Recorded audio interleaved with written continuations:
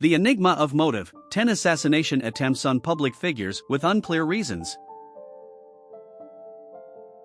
When it comes to the pages of history, few events remain as haunting and perplexing as assassination attempts on public figures. While some of these actions are driven by political or ideological motives, many remain shrouded in mystery, leaving us with more questions than answers. This video aims to delve into 10 such baffling cases where individuals targeted well-known personalities without any clear reason. Through this exploration, we seek to understand not just the act but also the layers of ambiguity that wrap these historical episodes. Write in the comments your versions of the motives of these people. Number 1.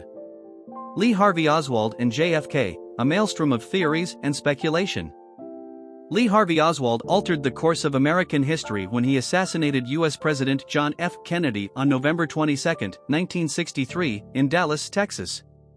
Oswald positioned himself on the 6th floor of the Texas School Book Depository and fired 3 shots, one of which fatally struck Kennedy in the head.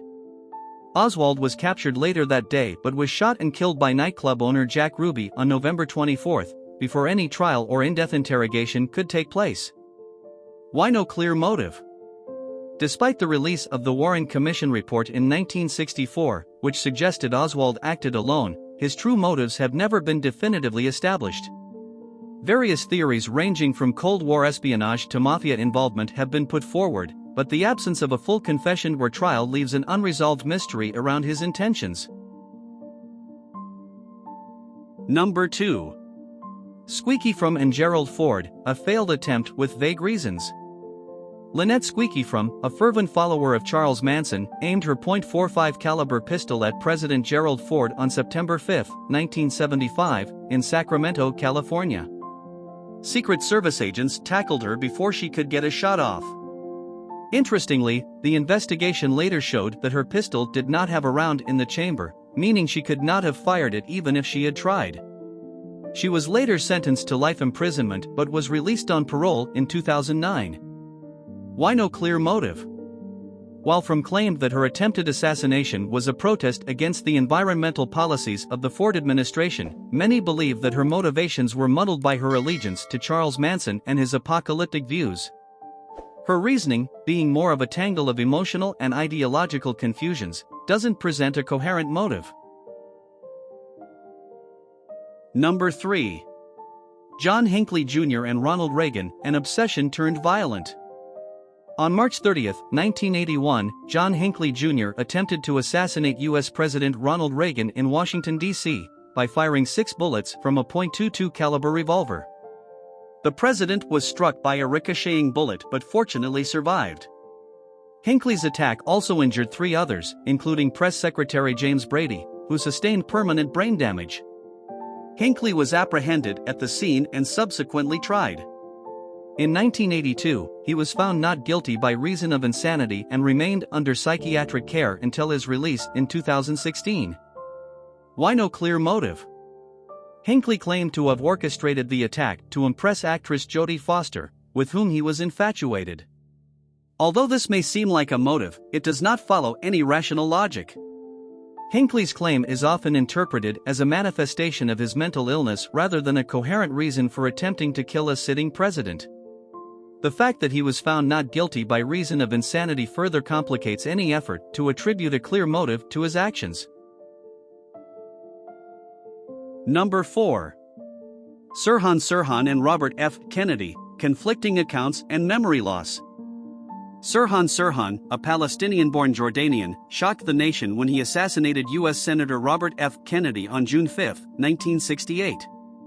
The tragic event unfolded in the kitchen pantry of the Ambassador Hotel in Los Angeles. Sirhan was immediately restrained and later arrested. Initially, he claimed his actions were influenced by Kennedy's pro-Israel stance. However, in later years, Sirhan stated he had no memory of the assassination. Why no clear motive? The motive behind Sirhan's actions has always been murky. While he initially claimed political reasons, his subsequent loss of memory about the event brought this into question. His erratic statements have led to differing interpretations, and even after decades, the true motive remains elusive.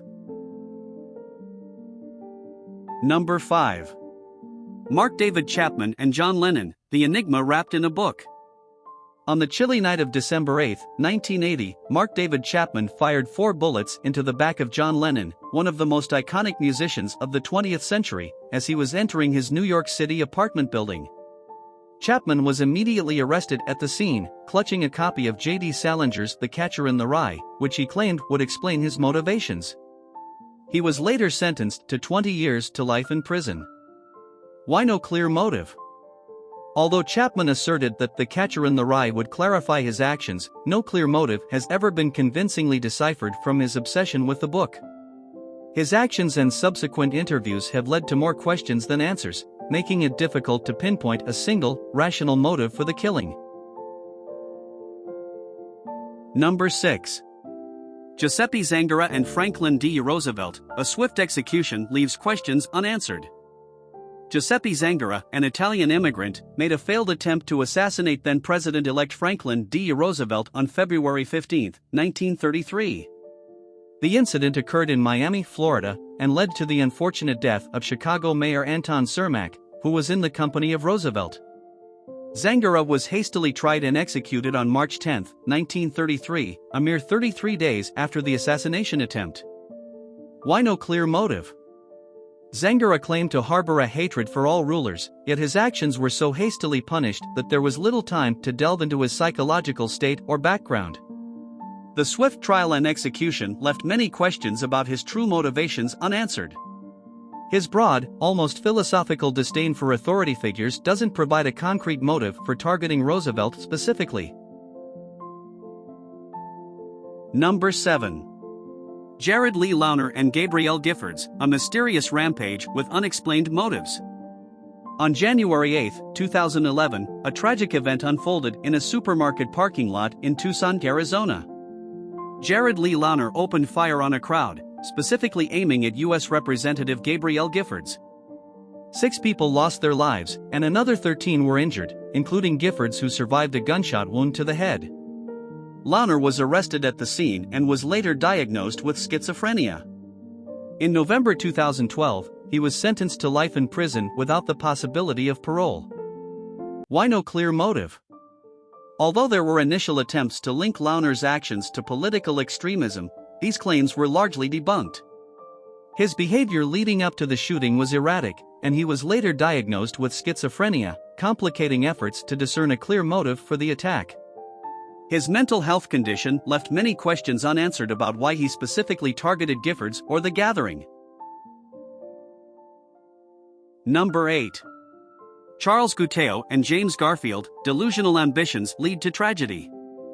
On July 2, 1881, Charles Gutierrez shot President James A. Garfield in the back at the Baltimore and Potomac Railroad Station in Washington, D.C. Gutierrez had an inflated sense of self-importance and believed he deserved a political appointment for supporting Garfield during his campaign. Garfield succumbed to his injuries and died on September 19, 1881. Gutierrez was subsequently tried and executed on June 30, 1882. Why no clear motive? Gutierrez's bizarre behavior, including his rambling speeches and letters, made it hard to pinpoint a coherent motive. While he believed he deserved political favors, his arguments were so delusional and disjointed that they raised questions about his mental health, making it difficult to determine whether he had a rational motive for the assassination. Number 9. Dan White and Harvey Milk, the infamous Twinkie defense.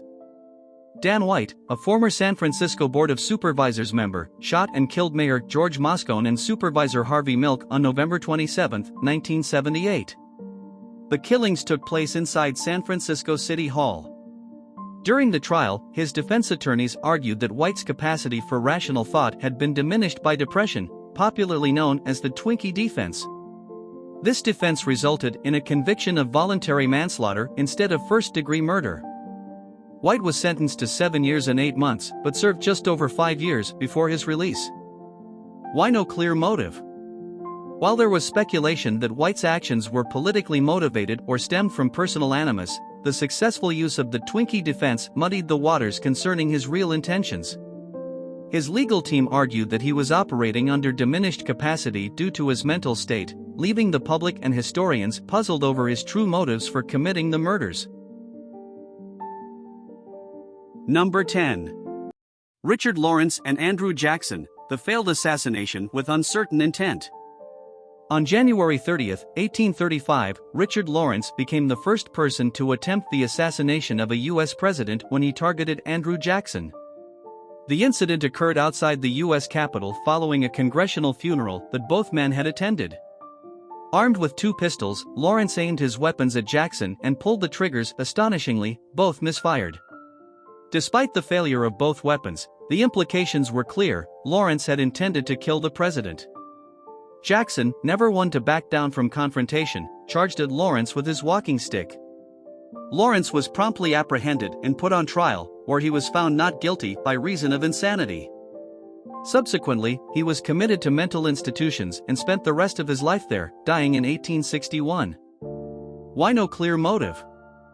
Richard Lawrence's reasons for attempting to assassinate Andrew Jackson remain a mystery to this day. During the trial, he made incoherent and grandiose claims, such as being the rightful king of England and believing that Jackson had killed his father. These delusional statements suggested serious mental illness and contributed to his being found not guilty by reason of insanity. Given his unstable mental condition, it's hard to ascertain what his true motivations might have been, leaving us with an assassination attempt that seems devoid of a rational motive.